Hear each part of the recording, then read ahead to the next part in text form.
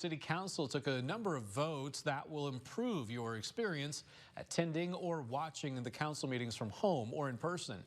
All aldermen present voted to approve a recommendation to approve the more than $10,000 to replace the current microphone system in the council chambers. IT manager Corey Dean says the problem they ran into is the microphone company they previously received a quote from stopped manufacturing the microphones the city needed, so they had issues finding replacement parts.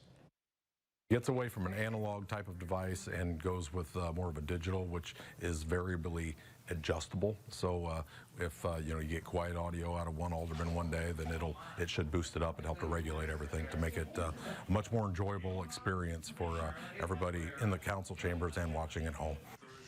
Alderman also approved a recommendation to spend no more than $65,000 to purchase replacements for old computers. Dean says these improvements are all a part of a plan to update technology at City Hall.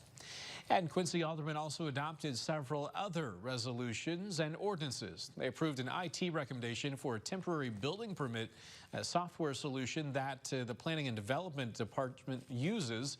A councilman adopted a resolution to enter an agreement with Adams County to use a city-owned alleyway between 5th and 6th Street and Vermont at a county-owned parking lot to help provide more parking at the Adams County Courthouse.